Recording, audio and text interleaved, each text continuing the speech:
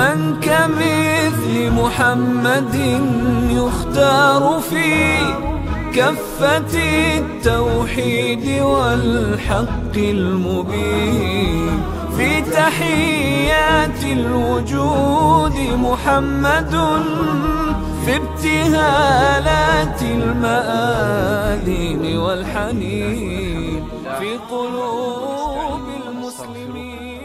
ونعوذ بالله من شرور أنفسنا وسيئات أعمالنا، من يهده الله فلا مضل له ومن يضلل فلا هادي له، وأشهد أن لا إله إلا الله وحده لا شريك له، وأشهد أن محمدا عبده ورسوله صلى الله عليه وعلى آله وصحبه وسلم تسليما كثيرا. إن أصدق الحديث كلام الله، وخير الهدي هدي محمد صلى الله عليه وسلم، وشر الأمور محدثاتها، وكل محدثة بدعة، وكل بدعة ضلالة، وكل ضلالة في النار. أما بعد، فمن الأصول التي يجب على المسلم معرفتها معرفة العبد نبيه صلى الله عليه وسلم، وهذا واجب وفرض حتم على كل مسلم ومسلمة. لهذا إن شاء الله تعالى بداية من هذا اليوم نبدأ دروسا في سيرة النبي صلى الله عليه وسلم،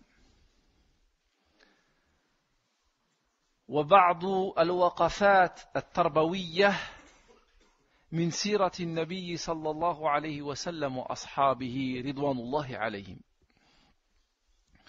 Comme chacun d'entre vous le sait, il y a un pilier, un fondement que chaque musulman, chaque musulmane doit connaître. Ce pilier, c'est de connaître le prophète sallallahu alayhi wa sallam, le prophète Muhammad sallallahu alayhi wa sallam. C'est un devoir, une obligation pour tout musulman, homme ou femme, d'apprendre la vie du prophète sallallahu alayhi wa sallam et de l'enseigner à nos enfants pour qu'ils grandissent selon cette éducation. C'est pourquoi, Inch'Allah, à partir d'aujourd'hui, avec l'aide d'Allah Azza wa Jal, nous allons commencer une série de cours sur As-Siratu An-Nabawiyya, sur la vie du prophète sallallahu alayhi wa sallam, et sur des enseignements, des leçons à tenir de la vie du prophète sallallahu alayhi wa sallam.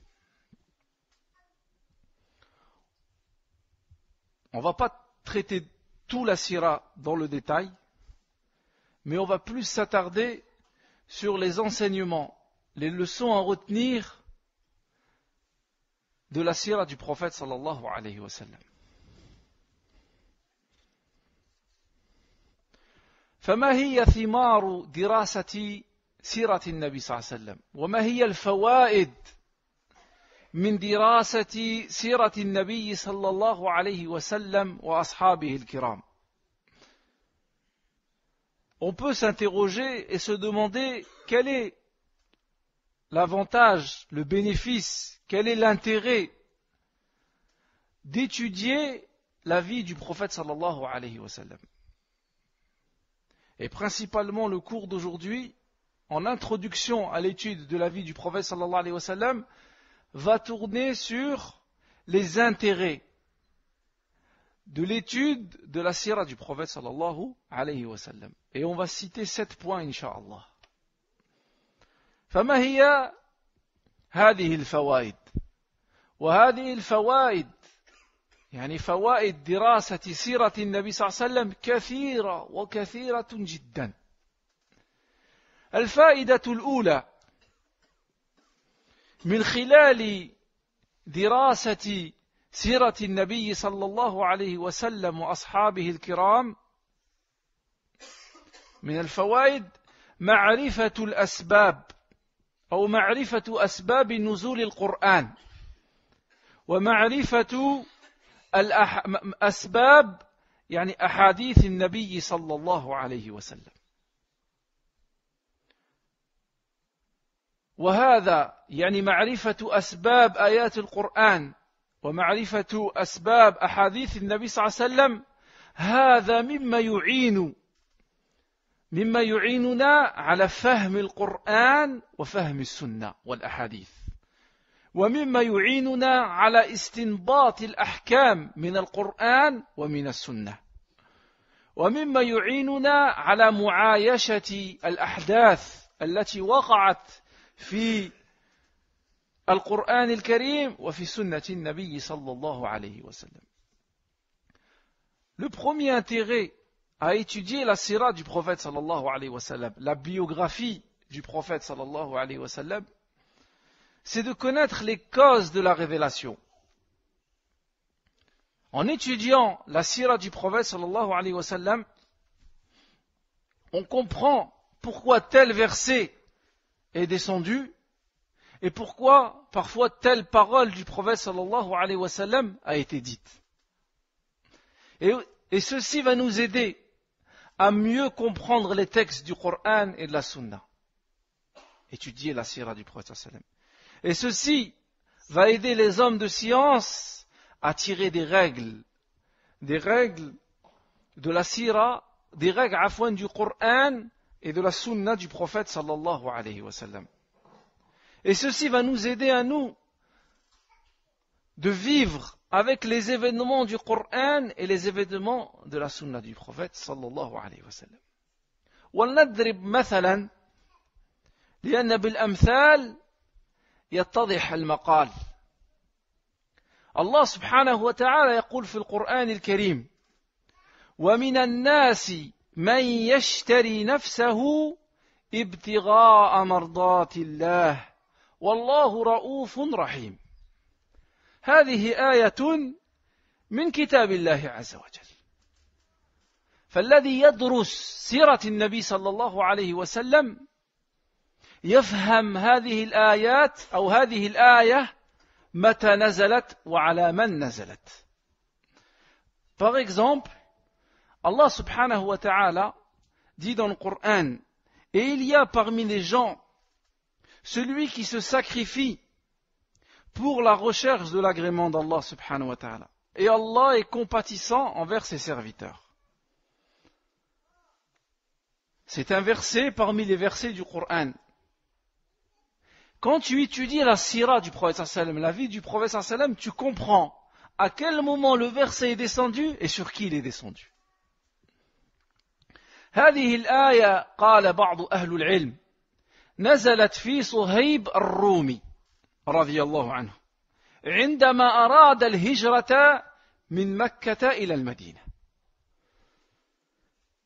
فتبعته نفر من قريش فقالوا له: أتيتنا سعلوكا حقيرا فكثر مالك فبلغت ما بلغت ثم تنطلق بنفسك ومالك. قالوا: والله لا يكون ذلك. حتى قال صهيب الرومي رضي الله عنه قال: فإن شئتم دللتم على مالي وخليتني أو وخليتم سبيلي. قالوا: نعم. ففعل. فأنزل الله سبحانه وتعالى في حقه أو لما وصل إلى المدينة قال له النبي صلى الله عليه وسلم: ربح البيع أبا اليحيى، ربح البيع أبا اليحيى. ونزل الله سبحانه وتعالى في حقه، في حق صهيب الرومي: ومن الناس من يشتري نفسه ابتغاء مرضات الله والله رؤوف بالعباد. Ce verset, certains des hommes de science ont dit, il est descendu sur Suhayb al-Rumi radiyallahu anhu lorsqu'il a voulu émigrer de Mecca vers Médine, parce que les musulmans à Mecca étaient persécutés et l'ordre leur a été ordonné, leur a été donné d'émigrer vers Médine. Alors il s'est sauvé. Et en chemin, des gens de Quraysh l'ont arrêté. Lui ont dit, tu es venu, tu étais un su'louk, tu étais un clochard, tu étais un mendiant, tes biens ont fructué et maintenant tu veux partir avec ton argent. Ils lui ont dit non, non, non, non. Il s'est passé ce qui s'est passé entre eux et Suhayb al-Rumi. Et finalement, Suhayb al-Rumi leur a dit, si vous me laissez partir, je vais vous indiquer, je vais vous montrer où se trouve mon argent, où je vous donne mon argent et vous me laissez partir. Alors ils se sont mis d'accord et ils l'ont laissé partir. Et lorsque le Suhayb al-Rumi est arrivé à Médine, le prophète sallallahu alayhi wa sallam lui a dit, le commerce a été fructueux. Le commerce a été fructueux parce qu'il a laissé son argent pour aller vers le prophète sallallahu alayhi wa sallam. Et Allah azza wa jalla a descendu sur lui, et il y a parmi des gens celui qui se sacrifie pour la recherche de l'agrément d'Allah. Allah est compatissant avec ses serviteurs. Donc, الفائدة الأولى من سيرة النبي صلى الله عليه وسلم تفهم الآيات في القرآن الكريم سبب نزولها وتفهم الأحاديث النبي صلى الله عليه وسلم يعني متى قالها النبي صلى الله عليه وسلم. Donc la première faïda d'étudier la sira du prophète صلى الله عليه وسلم, c'est de connaître les causes de la révélation. Et ça t'aide à mieux comprendre ta religion. الفائدة الثانية لدراسة سيرة النبي صلى الله عليه وسلم أن بدراسة النبي صلى الله عليه وسلم نعرف الطريق الذي يوصلنا إلى رضاء الله عز وجل. نعرف الطريق الذي يوصلنا إلى رضا الله سبحانه وتعالى وإلى الجنة. Le deuxième intérêt à étudier la sunna du prophète sallallahu alayhi wa sallam, c'est on connaîtra le chemin, la voie qui permet de nous ramener à l'agrément d'Allah subhanahu wa ta'ala et d'arriver au paradis d'Allah subhanahu wa ta'ala. Lorsque tu étudies la sira, tu comprends quel est le chemin qu'il faut emprunter, quelle est la voie qu'il faut suivre pour arriver à la satisfaction d'Allah et à la satisfaction et au paradis d'Allah subhanahu wa ta'ala. وهذا الطريق يتمثل في ثلاثة أمور: طريقة رضا الله وطريقة الجنة في ثلاثة أمور. الأمر الأول في عبادة الله وحده والابتعاد عن الشرك. ثانيا في اتباع النبي صلى الله عليه وسلم وحده والابتعاد عن البدع والخرافات. والأمر الثالث في سلوك منهج الصحابة الكرام رضوان الله عليهم والابتعاد عن منهج الشيطان وطريق الشيطان. Et le chemin de l'agrément d'Allah, le chemin du paradis, réside autour de 3 points. Premièrement, c'est le fait d'adorer uniquement Allah subhanahu wa ta'ala, sans rien lui associer. C'est la première chose qui va te permettre d'arriver à l'agrément d'Allah et au paradis. Mais ça ne suffit pas. La deuxième chose, le deuxième point, c'est de suivre le prophète sallallahu alayhi wa sallam pas à pas. Et d'être loin de toute forme, d'être loin de toute innovation dans la religion d'Allah. Troisième chose, sans laquelle les 2 premières ne peuvent pas s'accomplir, c'est de suivre la voie des compagnons radiyallahu anhu et d'éviter toute voie de shaitan. D'éviter toutes les autres voies vers laquelle un shaitan ou le shaitan appelle. وعندما ندرس سيرة النبي صلى الله عليه وسلم وأصحابه الكرام رضوان الله عليهم يتبين لنا هذا الطريق الذي يوصل إلى رضاء الله عز وجل إلى رضا الله عز وجل وإلى الجنة. Et lorsqu'on étudie la sira du prophète sallallahu alayhi wa sallam, la voie qui va nous amener à la satisfaction d'Allah, la voie qui va nous amener au paradis devient claire. Elle devient claire pour celui qui étudie la sira du prophète sallallahu alayhi wa sallam. Donc la deuxième faïda, c'est en étudiant la sira du prophète sallallahu alayhi wa sallam, tu vas comprendre et tu vas suivre la voie qui va te ramener au paradis et à l'agrément d'Allah. الفائدة الثالثة من دراسة سيرة النبي صلى الله عليه وسلم. لماذا ندرس سيرة الرسول صلى الله عليه وسلم؟ وما هي الفائدة من دراسة سيرة النبي صلى الله عليه وسلم؟ الفائدة الثالثة: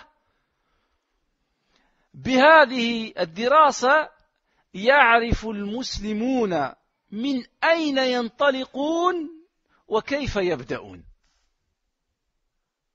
من أين تبدأ ومن أين وكيف تبدأ ومن أين تنطلق. Le troisième intérêt à étudier la sira du prophète sallallahu alayhi wa sallam, c'est lorsque tu étudies la sira du prophète sallallahu alayhi wa sallam, les musulmans en général savent par où il doit commencer. Et il sait comment il doit commencer. Et par quoi il doit commencer. Parce qu'il a vu comment le prophète sallallahu alayhi wa sallam, par quoi a commencé le prophète sallallahu alayhi wa sallam, par où il a commencé et comment il a commencé. Et il te reste seulement à imiter le prophète sallallahu alayhi wa sallam. C'est les clés de la réussite, clés en main. Tu n'as plus qu'à mettre en pratique ces enseignements du prophète sallallahu alayhi wa sallam. والرسول صلى الله عليه وسلم بعث في الناس وهم في ضلال مبين يعبدون الأصنام ويأكلون الميتة ويأتون الفواحش ويقطعون الأرحام ويسيئون الجوار والقوي فيهم يأكل الضعيف ويشربون الخمر فمن أين بدأ النبي صلى الله عليه وسلم؟ من أين بدأ النبي صلى الله عليه وسلم دعوته في هذا المجتمع في مكة المكرمة الذي يتقلب الناس في الضلال المبين؟ أمر الله سبحانه وتعالى الرسول بالدعوة فالناس تشرب والناس تزني والناس تشرك بالله. فمن أين بدأ النبي صلى الله عليه وسلم؟ Et donc, le prophète sallallahu alayhi wa sallam, lorsqu'il a été envoyé, les gens étaient dans un égarement manifeste. Ils adoraient les statues. Ils mangeaient les cadavres. Ils coupaient les liens de parenté. Le plus fort d'entre eux était injuste envers le plus faible. Ils avaient des mauvaises relations avec le voisinage. Ils commettaient des turpitudes à longueur de journée. Autour de la Kaaba, ils font le tawaf tout nus. Donc le prophète sallallahu alayhi wa sallam, face à ça, Allah azza wa jalla lui a demandé de faire la da'wa, lui envoie avec un message. Par quoi le prophète sallallahu alayhi wa sallam a-t-il commencé sa da'wa dans cette société plongée dans l'égarement? هل بدأ النبي صلى الله عليه وسلم دعوته بالمواجهة المسلحة فأعرب أو فأعلن لقريش الحرب؟ لا والله.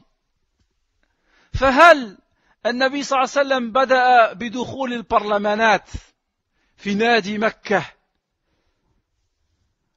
وهل بدأ النبي صلى الله عليه وسلم بالوصول إلى المناصب العليا في البلاد ليواصل الإسلام إلى الناس؟ لا والله. هل بدأ النبي صلى الله عليه وسلم بثورة إصلاحية لتصحيح الأوضاع الاجتماعية والاقتصادية؟ لا والله. ولكن النبي صلى الله عليه وسلم بدأ دعوته أولا وقبل كل شيء بالتوحيد وإصلاح التوحيد. بدأ النبي صلى الله عليه وسلم دعوته بلا إله إلا الله، وهذه دعوة كل الأنبياء والمرسلين عليهم من الله أفضل الصلاة وأزكى التسليم. Donc le prophète sallallahu alayhi wa sallam, dans cette situation, par quoi a-t-il commencé?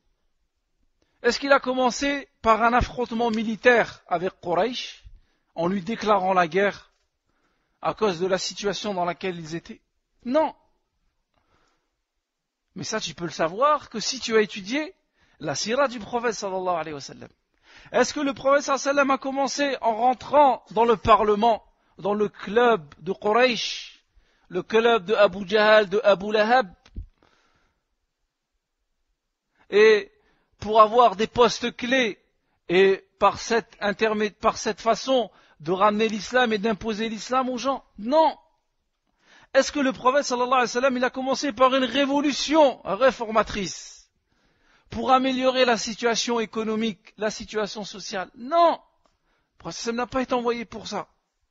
Le prophète sallallahu alayhi wa sallam, lorsqu'on étudie la sira, maintenant c'est soit on étudie la sira, on fait comme lui, soit on veut faire comme nous passions. Le prophète sallallahu alayhi wa sallam, lorsqu'on étudie la sira du prophète sallallahu alayhi wa sallam, il a commencé par la da'wa du tawhid, par la da'wa de l'unicité, par la base sur laquelle tout l'édifice va reposer.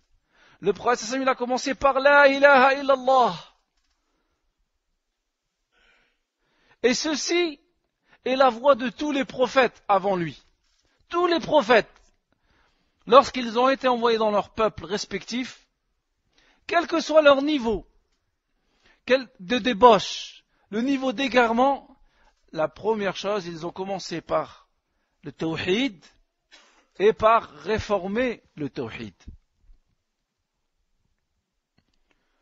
وكل نبي قال لقومه يا قوم اعبدوا الله ما لكم من إله غيره.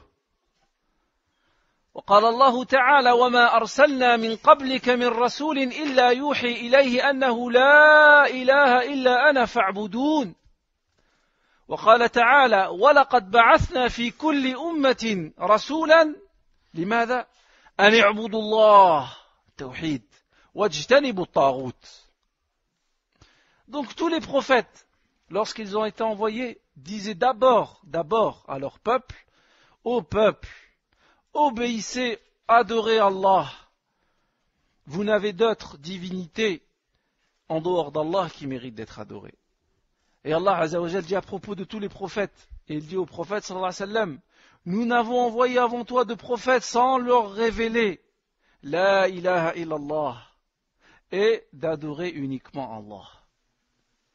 Et Allah subhanahu wa ta'ala dit dans un autre verset, nous avons envoyé à chaque peuple un prophète. Pourquoi?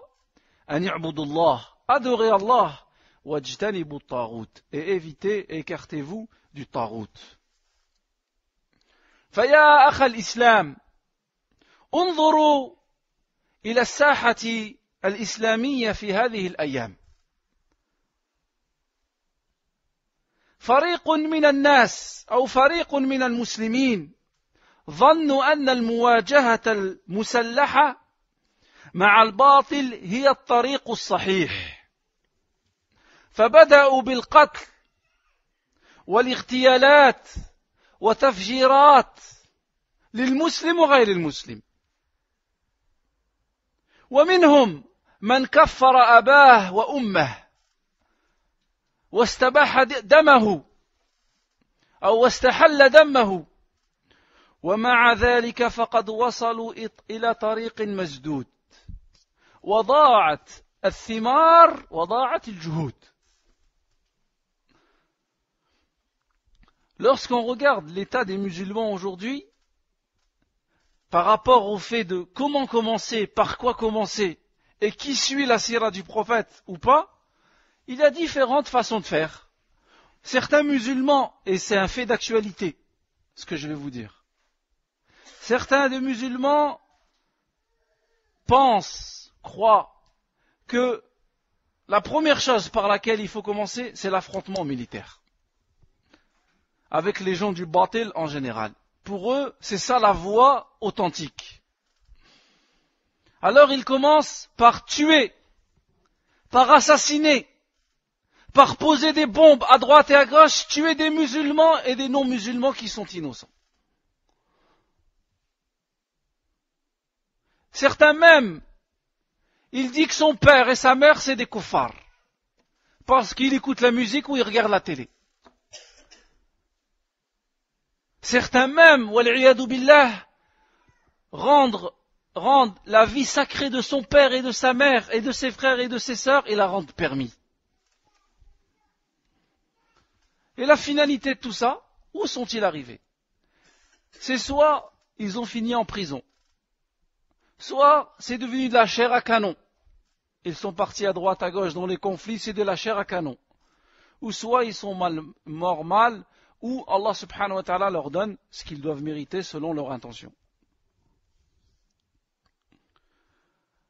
وفريق آخر إذا نظرنا إلى الساحة الإسلامية يوجد فريق آخر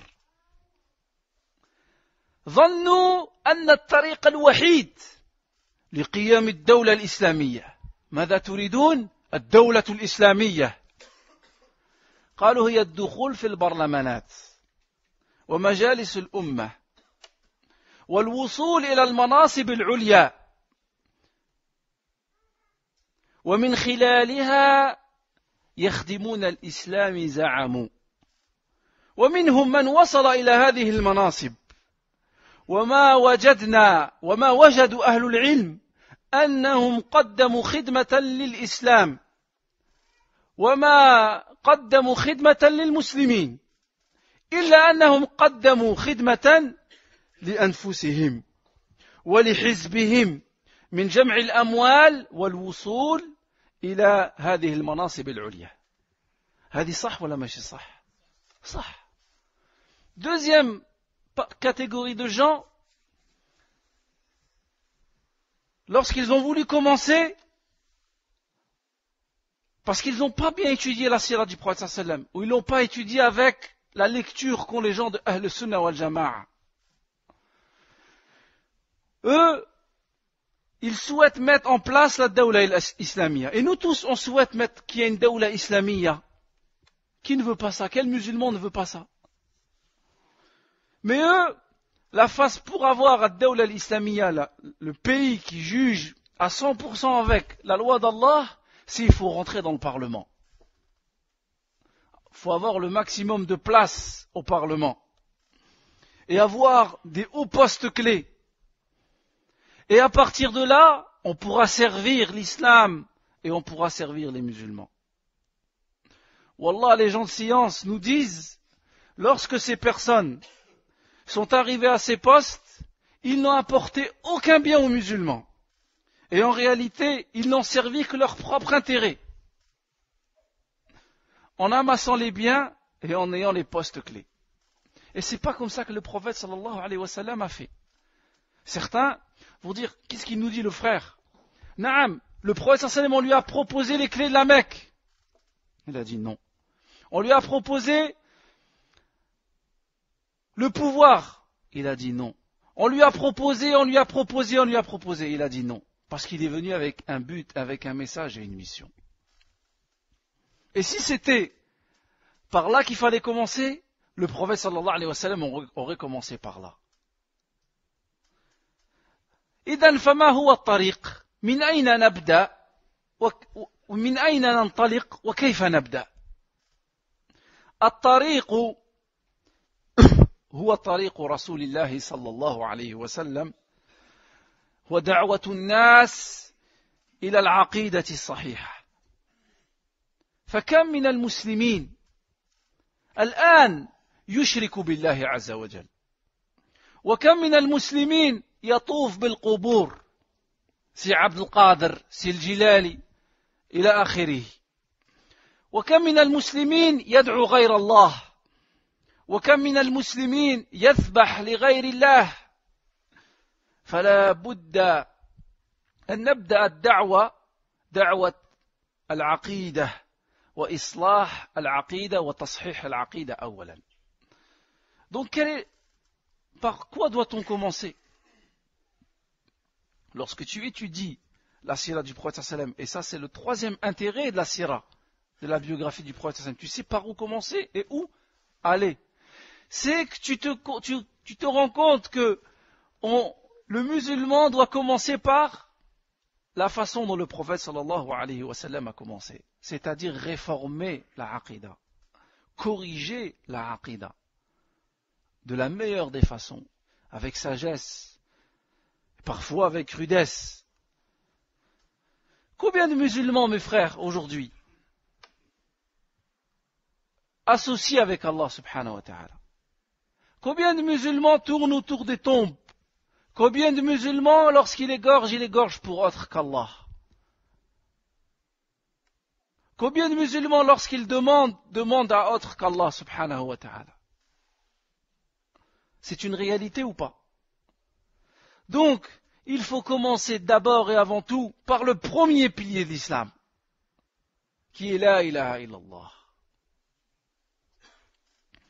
فإن عادت الأمة إلى ربها وإلى سنة نبيها وإلى منهج الصحابة رضوان الله عليهم فهم بذلك قد غيروا من أنفسهم ومن سنن الله تعالى التي لا تتبدل ولا تتغير.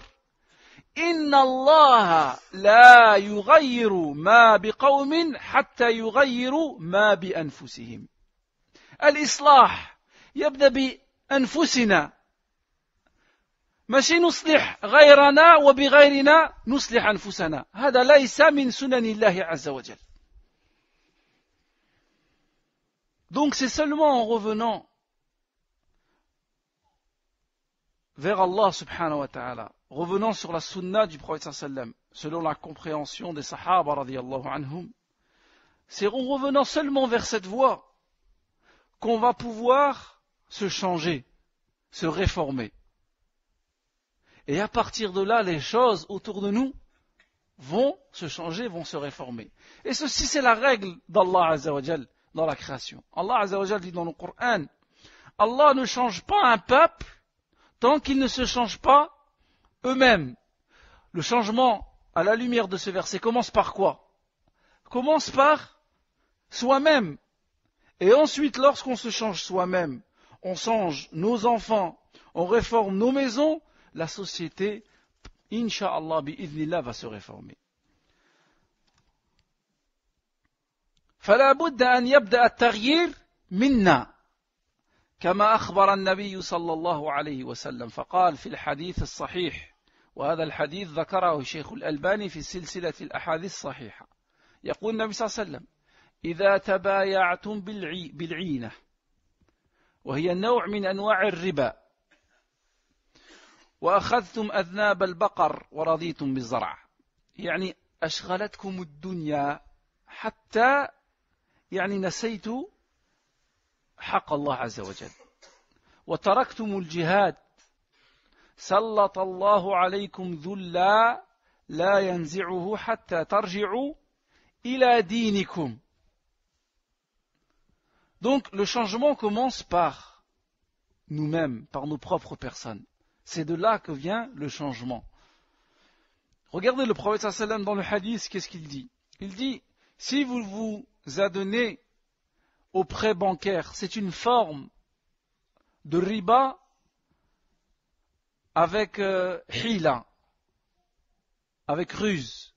Et si vous vous adonnez à l'agriculture, à l'élevage, c'est-à-dire lorsque vous adonnez à cette vie, il n'y a pas de mal aux musulmans, il travaille le musulman, il faut travailler. Il n'y a pas de mal dans ça. Mais il ne faut pas que ce travail te fasse oublier les prières. Il ne faut pas que ce travail te fasse oublier les obligations d'Allah Azza wa Jal. Donc le prophète nous dit, vous courez derrière cette vie et vous délaissez le djihad Allah va abattre sur vous un déshonneur, une humiliation, il ne le retirera pas jusqu'à ce que vous reveniez vers votre religion. Il faut revenir vers notre religion. Wallahu subhanahu wa ta'ala yaqul fi al-Qur'an, in tansurullaha yansurkum. Allah azza wa jalla dit dans le Coran, si vous secourez, ou in tansurullah, كيف ألقى الضعيف والمسكين ينصر القوي العزيز. معنى هذه الآية كما قال المفسرون، إن تنصروا دين الله وتقيموا دين الله في أنفسكم وفي غيركم ينصركم الله. C'est pourquoi Allah Azza wa Jalla dans le verset dit, si vous aidez Allah, Allah viendra à votre aide. Comment nous, le faible, le pauvre, comment pouvons-nous aider le riche, le puissant?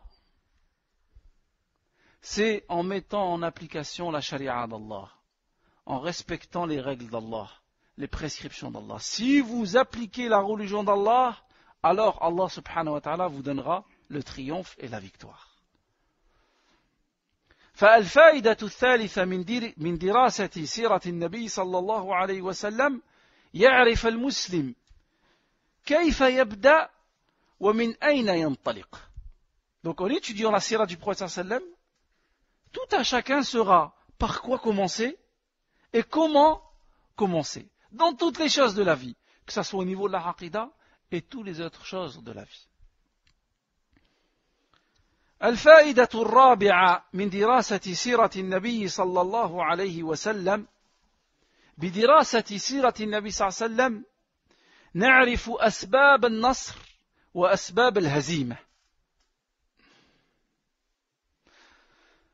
Le quatrième intérêt à étudier la vie du prophète sallallahu alayhi wa sallam, la biographie du prophète sallallahu alayhi wa sallam, c'est qu'en étudiant la biographie du prophète sallallahu alayhi wa sallam et de ses compagnons, on connaîtra les facteurs, les moyens qui nous ramènent au triomphe, qui nous ramènent à la victoire, à la puissance, à la gloire.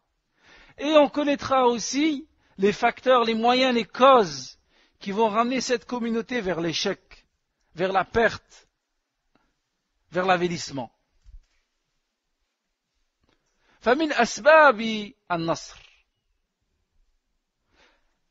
الثقة بالله سبحانه وتعالى والتوكل عليه وحده والتضرع إليه والأخذ بالأسباب الموصلة إلى نصر الله مع عدم الثقة إلى هذه الأسباب والإيمان بأن النصر من الله وحده لا شريك له.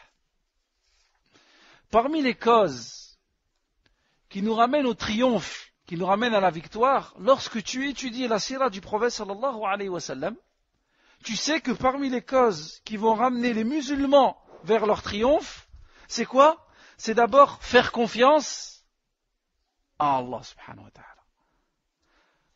Aussi, de s'en remettre uniquement à Allah, de supplier, d'invoquer Allah subhanahu wa ta'ala. Et aussi, de prendre, d'utiliser les moyens permis par notre religion qui vont nous permettre d'arriver au triomphe, sans pour autant faire confiance dans ces moyens. Ce n'est qu'un moyen. Et aussi, la foi, avoir la certitude, la conviction que Nasr, la victoire, ne vient que d'Allah subhanahu wa ta'ala. Regardez, en étudiant la sira du prophète sallam, on arrive à comprendre ces points-là. وبالمثال يتضح المقال. يعني أضرب لكم مثلا حتى نقرب المعنى وحتى يعني نفهم يعني ما قلنا آنفا. On va donner un exemple pour comprendre ce qu'on vient de dire avant. Un exemple d'un verset du Coran, on va prendre plusieurs exemples, d'un verset du Coran et de l'étude de la sira du prophète sallam, où tu comprends d'où viennent les causes, les facteurs de réussite. في غزوة بدر يقول الله عز وجل إذ تستغيثون ربكم فاستجاب لكم أني ممدكم بألف من الملائكة مردفين وما جعله الله إلا بشرى ولتطمئن قلوبكم وما النصر إلا من عند الله إن الله عزيز حكيم. Allah Azza wa Jal dans le Coran dit dans ce verset à propos de Ghazwat Badr, la bataille de Badr, il dit: et rappelez-vous lorsque vous imploriez, vous suppliez votre Seigneur et qu'il exauça aussitôt votre demande. Je vous ai aidé d'un millier d'anges, de 1000 anges, déferlant les uns les autres. Et Allah ne fit cela que pour vous apporter une bonne nouvelle et pour que vos cœurs se tranquillisent. Et il n'y a de victoire que de la part d'Allah Azza wa Jal. Et Allah subhanahu wa ta'ala est puissant et Allah est sage. فهذه القلوب قلوب الصحابة قلوب طاهرة من الشرك يطلبون المدد من الله عز وجل وحده. Regardez ces cœurs purs, le cœur des compagnons radiyallahu anhum. Ils demandent le madad, l'assistance, le secours uniquement d'Allah subhanahu wa ta'ala. Regardez les sahaba et regardons aujourd'hui les musulmans. وكم من المسلمين اليوم إذا اشتدت به الأمور يطلب المدد من أصحاب القبور وهذه عقيدة فاسدة عند أهل الضلال.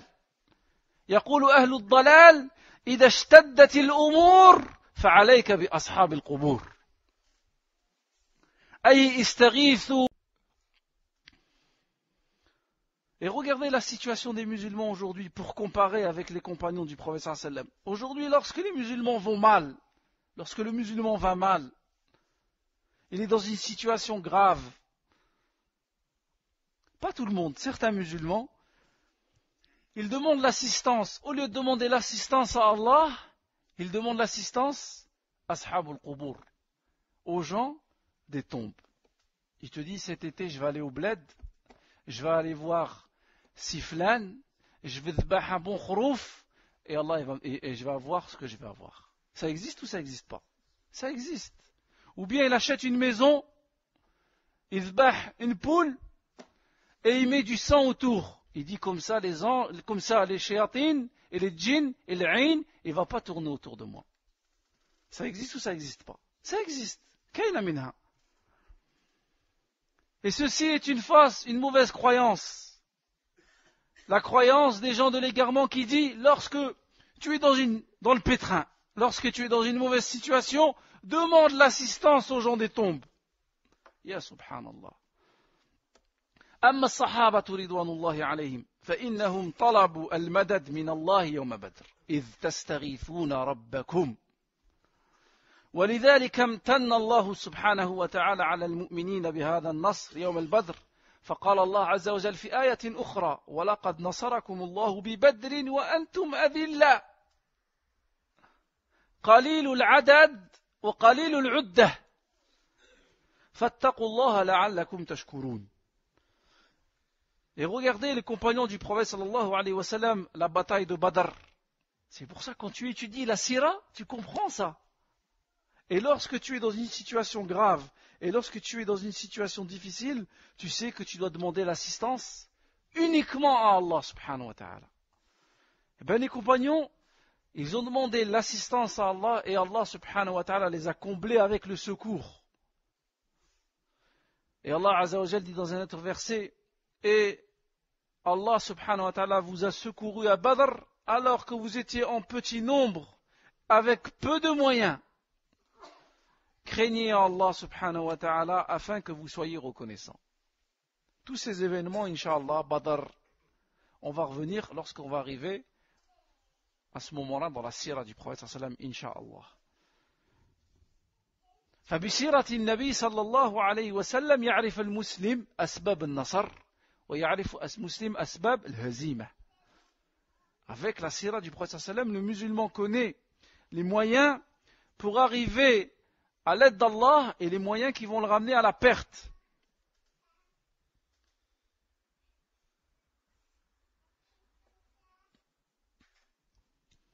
وما هي أسباب الهزيمة؟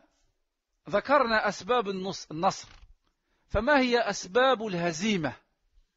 Nous avons cité les moyens, les facteurs qui ramènent au triomphe. Quels sont maintenant, à la vue de la sira du prophète sallallahu alayhi wa sallam, quelles sont les causes qui ramènent les musulmans à leur perte? Regardez. أسباب الهزيمة هي حب الدنيا وهي مخالفة الأوامر الشرعية، تخالف الكتاب وتخالف السنة بحب الدنيا وبمخالفة القرآن وبمخالفة السنة. هذا يساوي هزيمة، يساوي ذل. Quels sont les facteurs qui ramènent à la perte, à la défaite quand tu lis la sira du prophète sallam? C'est d'abord l'amour de cette dunya. Cette dunya n'est pas interdite. Allah subhanahu wa ta'ala nous a créés dans cette dunya. Et faire les asbab, les moyens dans cette dunya, travailler à l'usine, étudier à l'école, c'est pas interdit. Ce qui est interdit, c'est tu aimes cette dunya. Tu l'aimes tellement que tu délaisses les ordres d'Allah subhanahu wa ta'ala. Ça, c'est la première chose qui ramène la perte. La deuxième chose, c'est le fait de diverger et d'être en divergence avec le livre d'Allah et avec la sunna du prophète sallallahu alayhi wa sallam. Allah dit de faire comme ça et toi tu fais le contraire. Le prophète sallallahu alayhi wa sallam dit de faire comme ça et toi tu fais le contraire. Ceci ramène quoi? La perte. Comme c'est l'état des musulmans à Lyon. ومن أين لنا هذا من سيرة رسول الله؟ D'où nous tirons ça de la sira du prophète sallallahu alayhi wa sallam? يظهر ذلك يوم أحد. قبل قليل كنا في يوم بدر والآن في يوم أحد. فقد بدأت المعركة بنصر كبير للمسلمين. أول المعركة نصر للمسلمين وخالف الرماة أمر رسول الله، أمر واحد، خالفوا أمرا واحدا من أوامر النبي صلى الله عليه وسلم، فنزلوا من أعلى الجبل فتحول النصر إلى هزيمة. Un exemple de la sira du prophète sallam qui montre ce qu'on est en train de dire, c'est regarder à la bataille de Uhud. Au début de la bataille, le secours, la victoire était donnée aux musulmans. Et les musulmans, les archers qui étaient sur la montagne, ont désobéi à un ordre du prophète. Combien? Un ordre du prophète sallallahu alayhi wa sallam. Il leur a dit restez en haut et ne descendez jamais. Beaucoup d'entre eux sont descendus. Et à partir de là, la victoire s'est transformée en défaite. La victoire s'est transformée en défaite. C'est pour ça que la situation des musulmans aujourd'hui, dans le fait de délaisser les ordres d'Allah, se transforme de victoire en défaite. فلما تعجب الصحابة رضي الله عنهم لما أصابهم قالوا كيف نحن مسلمون وفينا رسول الله ونحن في هزيمة. تعجبوا. فقال الله تبارك وتعالى، أنزل الله سبحانه وتعالى آية، فقال في سورة المائدة أو سورة آل عمران أولما أصابتكم مصيبة قد أصبتم مثليها قلتم أن هذا من أين هذه الهزيمة قل هو من عند أنفسكم إن الله على كل شيء قدير أي أنتم السبب. الله أكبر. مخالفة واحدة فكان مكان من تحويل النصر إلى الهزيمة. Et les compagnons, lorsque la victoire au début de la ma'araka s'est transformée, au début de la bataille s'est transformée en défaite, ils se sont étonnés. Ils ont dit, mais comment se fait-il quand le prophète est avec nous? Nous sommes les musulmans, eux sont des kofars, comment ça se fait qu'on a perdu? Pourquoi cette défaite, cette perte? Et Allah subhanahu wa ta'ala a descendu un verset du Coran. Allah azza wa jalla a dit, quoi? Allah subhanahu wa ta'ala leur dit, quoi? Quand un malheur vous atteint, mais vous en avez jadis infligé le double. C'est-à-dire que pendant la Ghazwa de Badr, les kuffars, 70 d'entre eux sont morts et 70 d'entre eux ont été prisonniers. Combien de personnes? 140. Et pendant la Ghazwa de Uhud, 70 musulmans sont morts. Le double. Pendant la Ghazwa de Badr, le double de morts et de prisonniers que le nombre de musulmans qui sont morts pendant la Ghazwa de Uhud. Donc Allah leur dit, quoi, quand un malheur vous atteint, mais vous en avez jadis infligé le double, vous vous dites, d'où vient cela? D'où vient la perte? D'où vient la défaite? Et Allah subhanahu wa ta'ala leur dit dans le Coran, il vient de vous-même, ça vient de vous la perte, de vous. Certes, Allah subhanahu wa ta'ala est omnipotent, subhanahu wa ta'ala. Allah est capable de toutes choses. C'est-à-dire, c'est vous la raison, la cause de votre perte. Et ceci dû à une divergence à l'ordre du prophète sallallahu alayhi wa sallam. Une divergence. C'est pas le riba. C'est pas le zina. C'est pas tark salat, délaisser la prière. C'est pas. C'est seulement ils ont voulu descendre pour participer avec les musulmans dans la victoire. À cause d'une divergence à l'ordre du prophète sallallahu alayhi wa sallam, la victoire s'est transformée en défaite. نعم فكيف بنا يا إخوة الإسلام وقد فسدت العقيدة وترك الكثيرون الصلاة وأكلنا الربا وتبرجت النساء وتركنا صلاة الجماعة إلا من رحم ربي. Mais bien sûr qu'on est dans la situation dans laquelle nous sommes, alors que la aqidah est entachée de mauvaises choses, la croyance, la bonne croyance est entachée de mauvaises choses. Les musulmans font des choses qui contredisent la croyance correcte. Beaucoup de musulmans aujourd'hui délaissent la prière. Allahu Akbar, et lui il joue aux cartes et il est au café. Et il ne va même pas faire la prière après. Beaucoup d'entre nous, ou certains d'entre nous, certains de cette communauté, s'adonnent au riba. Au riba, à l'intérêt. Combien de femmes parmi les musulmans s'exhibent, alors qu'Allah subhanahu wa ta'ala a ordonné aux femmes, des croyants et des croyantes, de mettre le hijab shar'i. Pas le hijab seulement. Pas le hijab comme moi, je veux mettre. Le hijab comme Allah nous a ordonné de le mettre. Le hijab comme le prophète sallallahu alayhi wa sallam nous a expliqué de mettre. Le hijab que mettaient les femmes du prophète sallallahu alayhi wa sallam et les femmes des compagnons. Combien d'entre nous délaissons la prière en jama'a? Et combien? Sauf celui à qui Allah a fait miséricorde. Et nous demandons la miséricorde d'Allah subhanahu wa ta'ala. Nas'alullah an yarhamana. وفي يوم حنين يعني غزوة أخرى في يوم حنين كنا في بدر ثم في أحد والآن في حنين. شفتوا سيرة النبي صلى الله عليه وسلم؟ في يوم حنين التفتوا الصحابة رضي الله عنهم إلى الكثرة.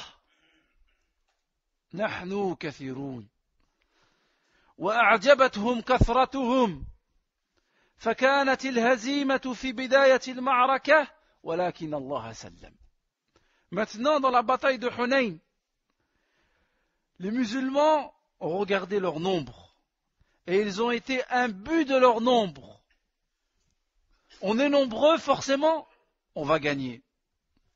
Ça ne marche pas comme ça. Et au début de la Ma'araka, c'était parti en déroute, en défaite, et Allah subhanahu wa ta'ala a changé ceci. يقول الله عز وجل لقد نصركم الله في مواطن كثيرة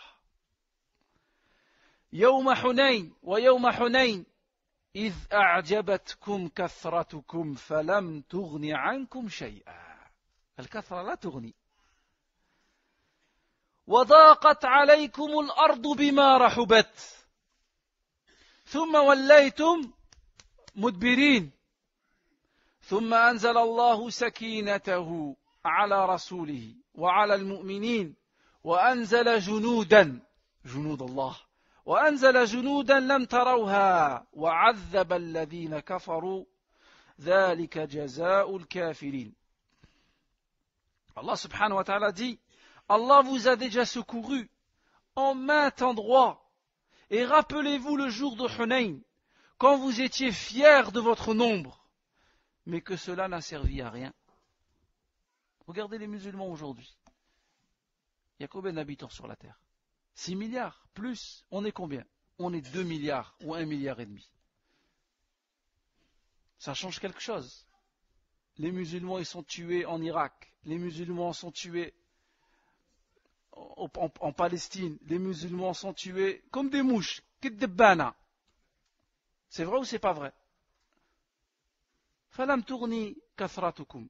Notre nombre nous a ramené aucune force, aucune puissance. Et rappelez-vous le jour de Hunayn, quand vous étiez fiers de votre grand nombre et que cela ne nous a servi à rien. La terre, malgré son étendue, vous devint bien étroite, puis vous avez tourné le dos en fuyard, puis Allah subhanahu wa ta'ala a fait descendre sa sérénité sur le prophète et sur le croyant, et Allah subhanahu wa ta'ala fit descendre des troupes que vous ne voyez pas, et il châtia ceux qui n'ont pas cru. إذن الفائدة الرابعة من دراسة سيرة النبي صلى الله عليه وسلم نتعلم أسباب النصر وأسباب الهزيمة. Lorsqu'on étudie, le quatrième intérêt à étudier la sira du prophète sallallahu alayhi wa sallam, c'est qu'on connaît les causes qui ramènent la perte et les causes qui ramènent le triomphe. الفائدة الخامسة دراسة سيرة النبي صلى الله عليه وسلم زاد نافع لكل مسلم. Le cinquième intérêt à étudier la sira du prophète sallam, c'est que c'est une assistance. La sira du prophète sallam est une provision, une assistance, un secours pour tout musulman. فالداعي إلى الله يتعلم من سيرة رسول الله كيف يدعو إلى الله وكيف يدعو الناس إلى عبادة الله. والقائد يتعلم من سيرة النبي صلى الله عليه وسلم كيف تكون القيادة. والجندي يتعلم من سيرة النبي صلى الله عليه وسلم كيف تكون الجندية. والمربي والمعلم والأستاذ يتعلم من سيرة النبي صلى الله عليه وسلم كيف يربي المجتمع.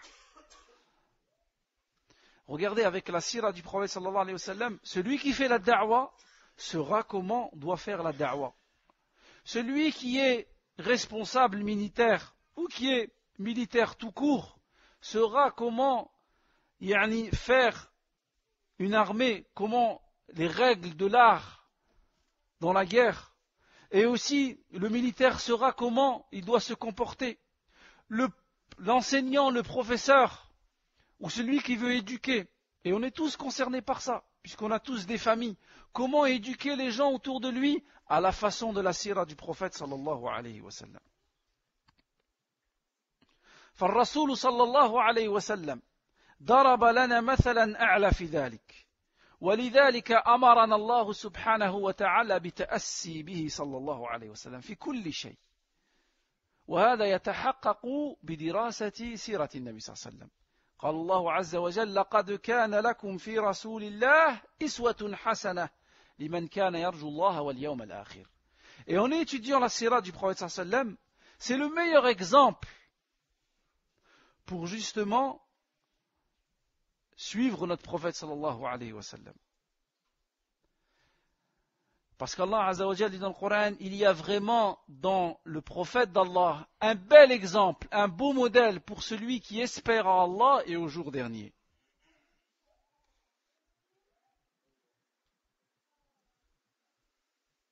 فبسيرة النبي صلى الله عليه وسلم فيها الزاد يعني نافع لكل مسلم. Donc dans l'étude de la sira du prophète sallallahu alayhi wa sallam, il y a une provision, une aide profitable pour chaque musulman dans la vie de tous les jours. Il sait ce qu'il doit faire parce qu'il a pris le prophète sallallahu alayhi wa sallam comme modèle. Et il sait comment il doit le faire parce qu'il a pris exemple dans les compagnons du prophète sallallahu alayhi wa sallam.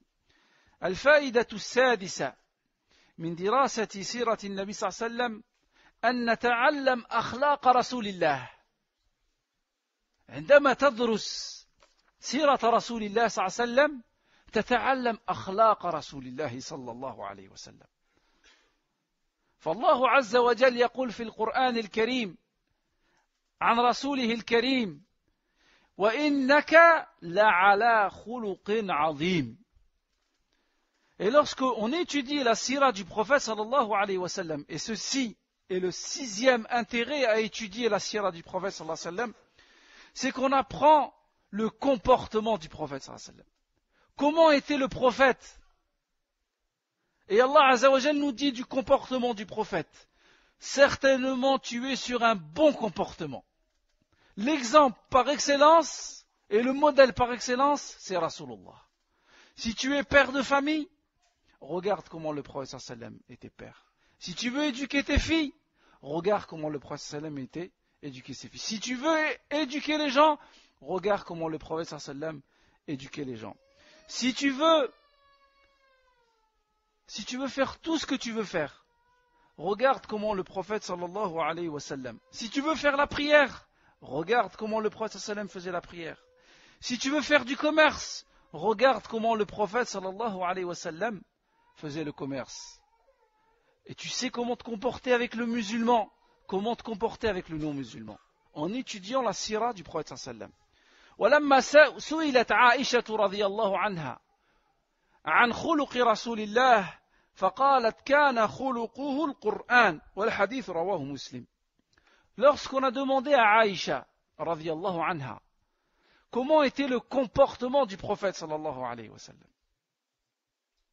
comment le prophète sallallahu alayhi wa sallam se comportait, elle a dit le comportement du prophète sallallahu alayhi wa sallam c'était le Coran.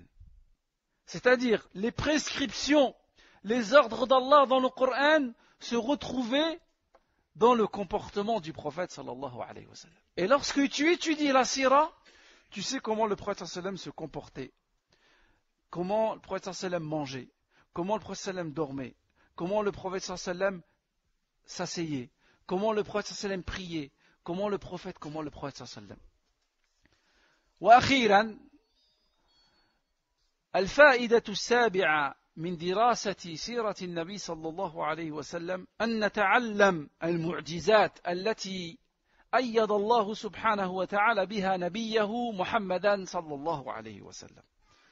Lorsqu'on étudie la sira du prophète, et ceci est le 7e